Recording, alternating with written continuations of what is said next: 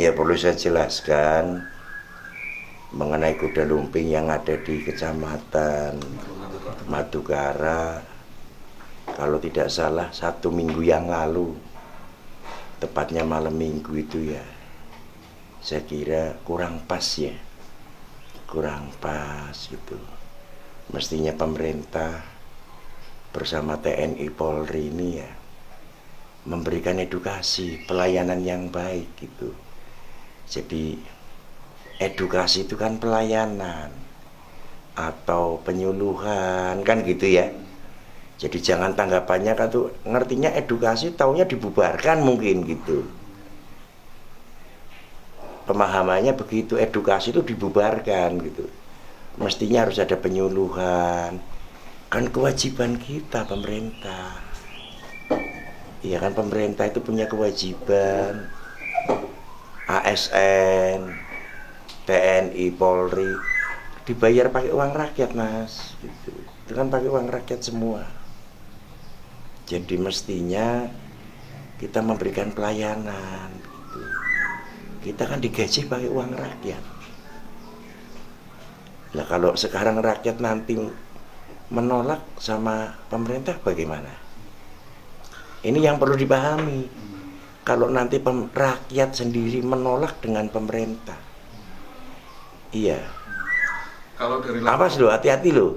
Masih ada kata-kata revolusi loh. Iya kan? Dan masih ada kata-kata loh, kedaulatan milik rakyat loh mas. Gitu, paham nggak?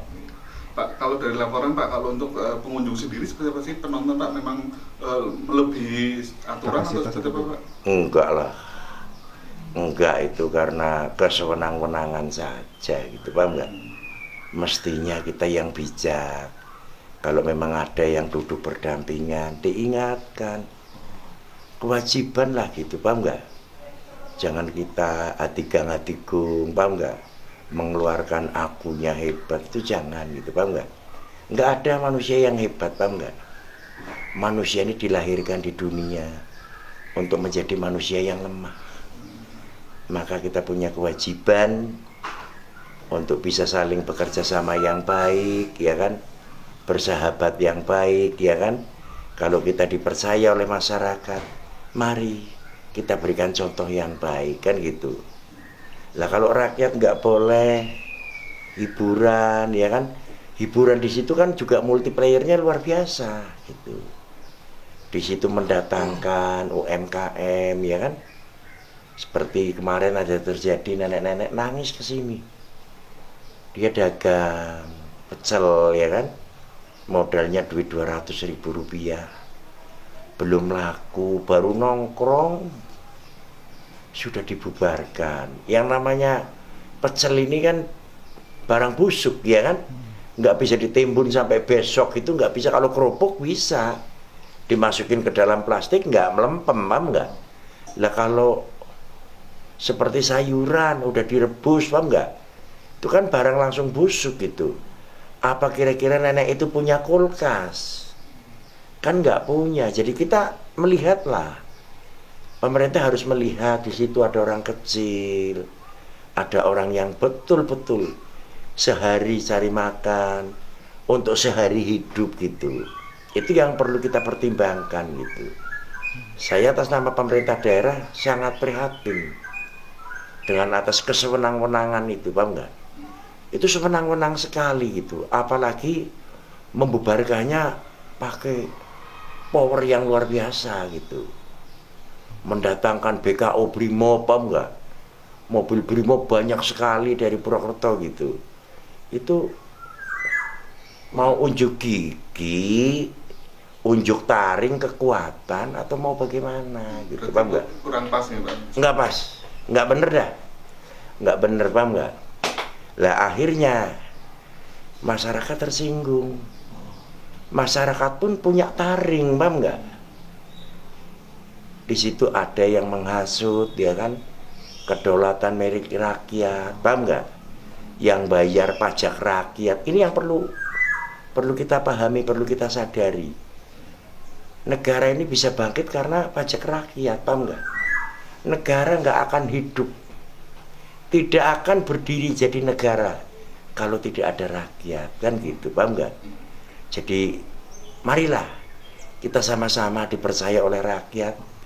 Bagaimana caranya kita bisa ya kan melayani rakyat dengan baik gitu. Saya ingat tuh pada waktu tanggal 22 tahun 2017 di bulan 5 saya dilantik. Itu saya disumpah untuk bisa memberikan kemakmuran untuk rakyat gitu. Lah ini pelayanan terhadap rakyat kan termasuk kemakmuran, paham nggak? Jangan pakai alasan yang macem-macem lah, udah. Sudah rakyat lebih tahu, rakyat udah tahu kok, paham nggak? Yang jelas paham Belanda tidak boleh hidup kembali di Indonesia.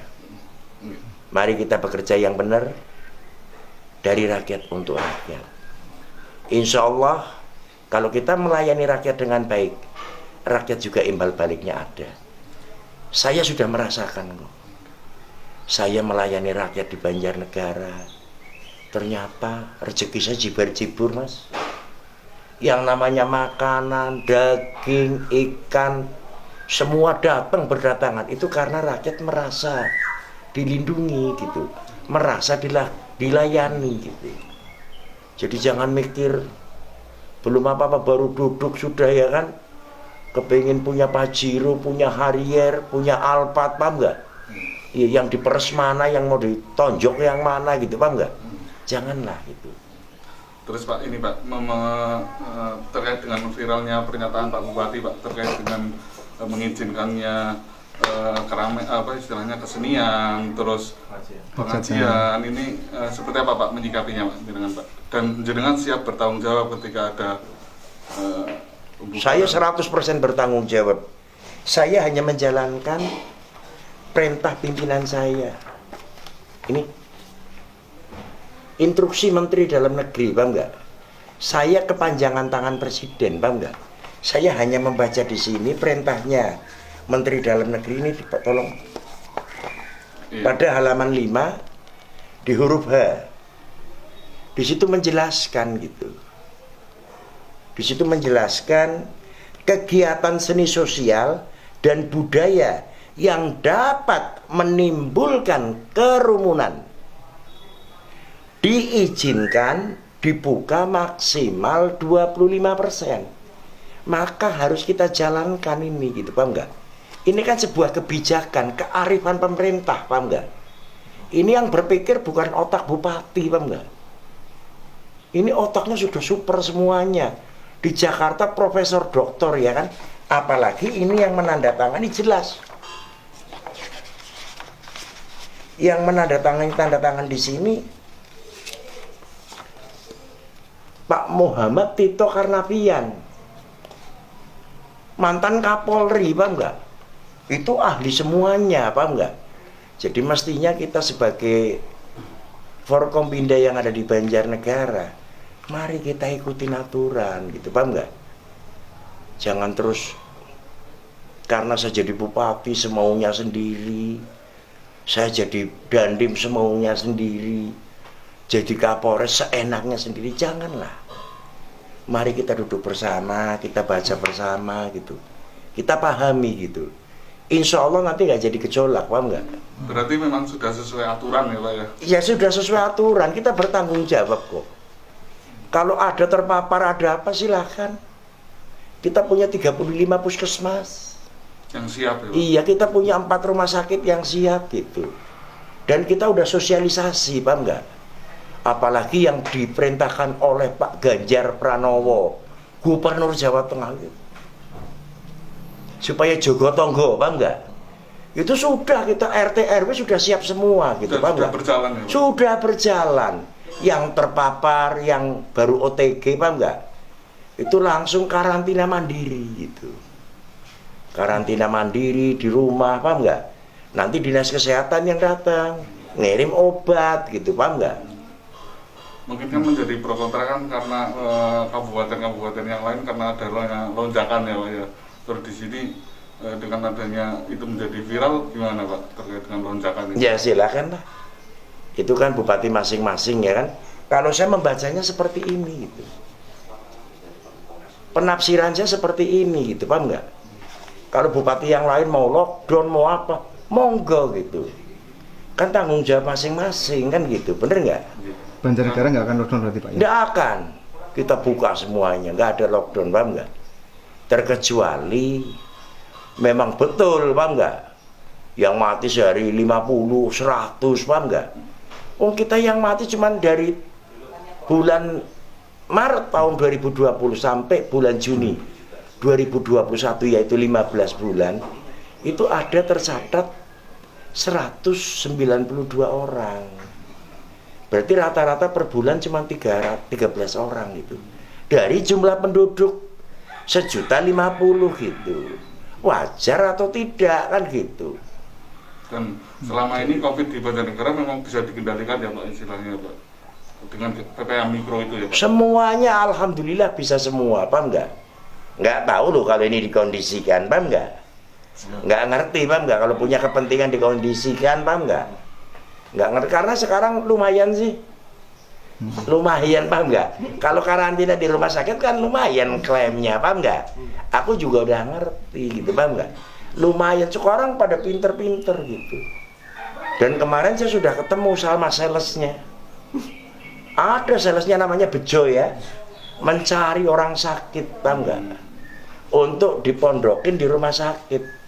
Kalau diantar pakai mobil sendiri 200.000, tapi kalau diambil sama ambulan rumah sakit honornya 100.000 gitu. Sudah sama kayak itu. Kayak pedagang rok jarum 76 itu muter, paham gitu, paham nggak? Udahlah. Mari kita sadar. Mari kita insaf, paham nggak? Nggak usah cari yang macem-macem, paham nggak? Bagaimana kita layani rakyat yang bagus, gotong royong, kan gitu ya. Insya Allah kalau kita betul-betul menjalankan Pancasila, kuat Indonesia. Terima kasih. Assalamualaikum warahmatullahi wabarakatuh. Ada lagi Pak, satu lagi Pak. Kalau misalkan nanti masyarakat ada yang tetap menggelar hajatan, terus memang itu sudah memenuhi protokol kesehatan, terus dibubarkan, langsung bentuk pertanggungjawaban seperti apa Pak dari Pak Bupati? Ya, itu kalau nanti yang membubarkan masyarakatnya nggak terima gitu, ya kita kembalikan ke masyarakat gitu. Karena hukum ini kan sudah nggak berlaku, paham nggak? Nah, nanti hukumnya kembali ke masyarakat, ya kan? Kedaulatannya diambil, ya monggo gitu, paham nggak? Kita serahkan ke masyarakat gitu. Kalau masyarakat merasa puas, ya silakan. Kalau merasa tidak puas, ya kita kembalikan ke rakyat, kan gitu. Terkait data korban ini selalu diupdate di website Pemkab itu ya Pak, coronavirus itu ya Pak? Ada. Apa? Kita kan langsung ke provinsi. Dari dinas kesehatan kita langsung lapor ke provinsi gitu. Itu selalu diupdate itu? Tiap hari gitu, paham nggak? Berarti Pak, misalnya ketika ada hajatan pengajian dari gugus tugas mengizinkan ya Pak? Nah ini yang penting sesuai ikutin protokol kesehatan, ikutin PPKM mikro gitu, yang dijelaskan di sini jelas. Saya bacakan ya. Menteri Dalam Negeri, instruksi Menteri Dalam Negeri nomor 13 tahun 2021 tentang perpanjangan pemberlakuan pembatasan kegiatan masyarakat berbasis mikro dan mengoptimalkan posko penanganan COVID virus di tingkat desa dan kelurahan untuk pengendalian penyebaran coronavirus tahun 2019. Menteri Dalam Negeri menindaklanjuti arahan Presiden Republik Indonesia yang menginstruksikan. Ini Menteri Dalam Negeri Pak Tito itu diinstruksikan oleh Presiden gitu, paham nggak? Berarti kalau ngelawan ini, Bupati ngelawan ini, berarti ngelawan Presiden gitu, paham nggak? Ngelawan Menteri Dalam Negeri, nggak TNI Polri. Kalau melawan ini, berarti dia sudah tidak setuju dengan Presiden, nggak setuju dengan Menteri Dalam Negeri. Ngoten Pak Presiden, mari kita sikat habis kalau nggak setuju kan gitu. Siap. Siap. Oh.